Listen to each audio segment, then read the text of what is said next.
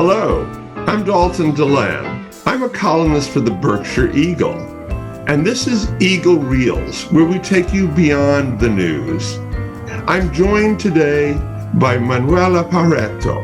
She is professor of Social and Organisational Psychology at the University of Exeter in the UK. She's also an author of a landmark study with 55,000 respondents around the world, loneliness around the world. Welcome to Eagle Reels, Professor. Thank you very much for having me. Professor Barreto, recently in the Berkshires, we had a musical, On Lonely Street. And, you know, that subject of loneliness and culture in the U.S., there have been 56 songs making the top 40 of music in the U.S. with lonely in the title. So lonely is a trope for us. It seems like it's emotional and personal, and pop stars about breakups. But your study reveals some things very different. Could you talk to us about the interesting studies that you have done, in fact, more than one, that really point to some broader causes of loneliness and social isolation? Yes. I'll start by saying that the fact that there are broader causes doesn't mean that loneliness isn't personal. Obviously, it is felt as very, very personal. It's felt as something that we feel, and that sometimes we feel and set us apart from other people. And that's interesting because it doesn't. It's actually something we have in common with a lot of people, but which we feel makes us different. But what you were referring to really is my attempt in my work to really try and change the narrative around what causes loneliness, and therefore also how we need to intervene to address, prevent, mitigate loneliness. And that is work that basically has focused on more social or structural causes of loneliness than what has been looked at so far. So people have been looking very much at the individual level, things like, self-esteem, whether people are okay or not with their mental health, whether they are extroverted or not, and so on. And even when people look at more social aspects like, your gender, your ethnicity, your race, those are actually usually seen as individual demographics and controlled for in analysis, and not really looked at carefully. What is in gender, what is in race that actually might lead you to feel more lonely? So my work has been trying to shine a light on those factors to really think about why is it that people from particular social groups are experiencing more loneliness? And we do reveal that the role of stigma, stigmatization, and prejudice, discrimination, exclusion in people's feelings of loneliness, in a nutshell. And so one doesn't obviate the other, right? What you're just saying is that there can be more and exacerbated when there are these kind of separate issues of difference, right? Issues of somehow feeling excluded rather than included. Is it a dramatic difference? Yes. So we've actually just recently published a report commissioned by the Wells Center for Public Policy, where we map social inequalities in loneliness, all the evidence that exists around the world. And we see very clear differences between any marginalized group and non-marginalized groups in the level of loneliness experienced. Whether it's big or small, it really depends on the group we're looking at, but also most of the evidence does not look at intersectionality. When you start looking at intersectionality, then the differences magnify a lot, because you then have multiple sources of exclusion uniting in one person. But when you mean that they do not obviate each other, yes, of course, we when I'm trying to change this narrative, I'm not saying that individual level factors aren't important. I'm acknowledging they are, but I'm also saying we've paid a lot of attention to those. We need to pay attention to others. But I'm also saying, and this is really quite important, that a lot of those individual level factors do not emerge out of nothing. They emerge precisely because of discrimination, marginalization, and exclusion. And take the example of self-esteem, for example. Yes, self-esteem matters. It really is an important factor in motivating people to engage in social interactions with other people, but also making those interactions enjoyable for both parties. But where does self-esteem come from?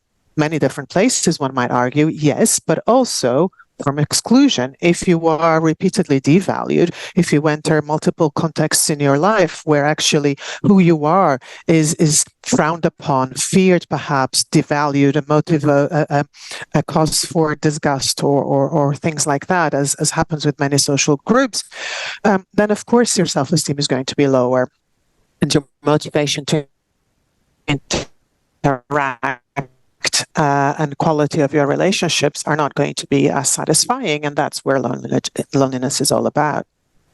So are there factors that we could actually address in a community? Are there the lighting, the way the geography is set up? Are there factors that actually could be addressed in towns here in the Berkshires or anywhere that actually would help reduce social isolation? Yes, I believe there are. And you were speaking about some of those more physical aspects of a community, which are really important. How many disadvantaged communities tend to be inhabited by precisely people in all these marginalized groups. Then you start seeing that, in fact, it all comes together to really not provide safe, accessible, financially accessible, and welcoming places for people to interact precisely for those groups that need it the most. So yes, there are many things we can do about physical structures, but we can also do things about schools and workplaces that can make all groups of people not just tolerated but actually celebrated. So if schools and workplaces are more inclusive, deliberately inclusive, not just tick box inclusive, but deliberately inclusive, then of course people will feel more valued, and they will dare more those workplaces, and they will feel that their contribution is welcome, not just in work but also socially, and that, I think, is one of the things. The report that by your Surgeon General highlights some of these aspects. It doesn't go as far as I would like it to go, but it does invite companies and workplaces and schools to go further into considering what those things are that specific communities need for structural change to emerge, rather than placing the onus just on the individual to come out of its shell. Thank you for bringing that up. Surgeon General Vivek Murthy's recent study about loneliness and isolation actually spoke to some profound health effects that were almost mind-boggling. In fact, several of them just jumped out at me. 29% increased risk of heart disease, 32% increased risk of stroke, 50% increased risk of dementia in older patients, and overall, a 60% increased risk of premature death. Reading that study, I was thinking to myself, okay, the prescription for us isn't 10,000 steps a day on your Apple Watch. It ought to be 10,000 words with a friend or something. I know health is not your particular expertise, but you have, I know, written about things like effect on the immune system. What are your thoughts about these actual profound health effects related to social isolation? Yeah, those are really important to know about, because sometimes that's what's needed to actually call attention to a particular problem, right? Is to highlight how, it can cause mortality or early mortality. And of course, that's a summary. What the Surgeon General did was summarize the existing evidence. And there is quite a lot of evidence for that. And what's interesting about these health effects is that some of them are direct. Some of them are slightly indirect. So the more direct effects will be things like, if people are lonely, then their whole body is depressed, right? So also their immune system, and makes them more prone to infections and and stress, which is of course bad for the cardiovascular diseases and so on. But there's also indirect effects, like if you're more lonely and you don't have the kind of relationships around you that that include listening and providing advice and receiving advice, then you're also less likely to take care of your health in the right way, to behave in ways that are health promoting. So you're right about the 10,000 words to friends, but those 10,000 words can actually be while you go on a walk. So the two are not mutually exclusive. And they're very likely to be, because that's what you do. You do things with friends, you do things with people around you, right? And those things can be precisely the right behavioral steps that you need to take to keep yourself healthy. Thanks for bringing that up. I have a dear friend and colleague who actually I've been impressed by. She's had a heart condition, and every morning when she does her 10,000 step walk, she also schedules a call with her best friend that she does during that walk. And I've thought, without understanding it from you, how that just seems to be really smart, a good thing to do. And I think, we shouldn't, of course, think of these things in a very mechanical way, because then you take the pleasure out of it. But at the same time, what I like about that example is that really brings out the idea that your social health should be as much a priority for you as your physical health. So if you're scheduling your walk, why aren't you scheduling a call? If you're making sure that the walk happens, why aren't you making sure that the social interaction also happens? And this is, we sometimes need to be a bit more deliberate about these things to actually get into the habit of doing them without such a square planning. But they might need to start with that. Speaking of social, a segue for a moment to social media, its role, positive and negative. What can you tell us about that? So the general conclusion, is that obviously, as everything, it's complicated, but the general conclusion tends to be, it of course depends on how you use social media. So social media can be extremely positive for people who are very isolated, So think of, for example, a transgender adolescent who is figuring out, who they are, what the possibilities are, are they transgender or not? And if so, what are my options? That person is going to really benefit from being able to engage in social media, watch what others are doing, listen, contribute, ask questions. And the same for, perhaps an elderly gentleman who is very isolated from family and has no other way of keeping in touch with family, but, perhaps going on Facebook and seeing pictures and learning what people are doing and perhaps picturing their own walk in there. But of course, when it becomes tricky is when people have other options but are not making use of them. So if adolescents are choosing to engage with social media only, at the cost of face-to-face interactions, then that can be problematic. But if social media is being used either because people have no other option or to extend face-to-face interactions, as for example, when a kid comes out of the school bus and immediately starts texting the friend they've just left behind, that's an extension of a face-to-face interaction. And that actually can be enriching to that face-to-face interaction. Thank you. You've actually raised the issue there of some age issues. And I know that in some of your studies, you've pointed out the role of expectations. It may be that young people expect a kind of level of interaction, and if it doesn't occur, it may be profoundly upsetting. Perhaps some of us who are senior, have a different feeling. Our expectations are different. Could you tell us about that?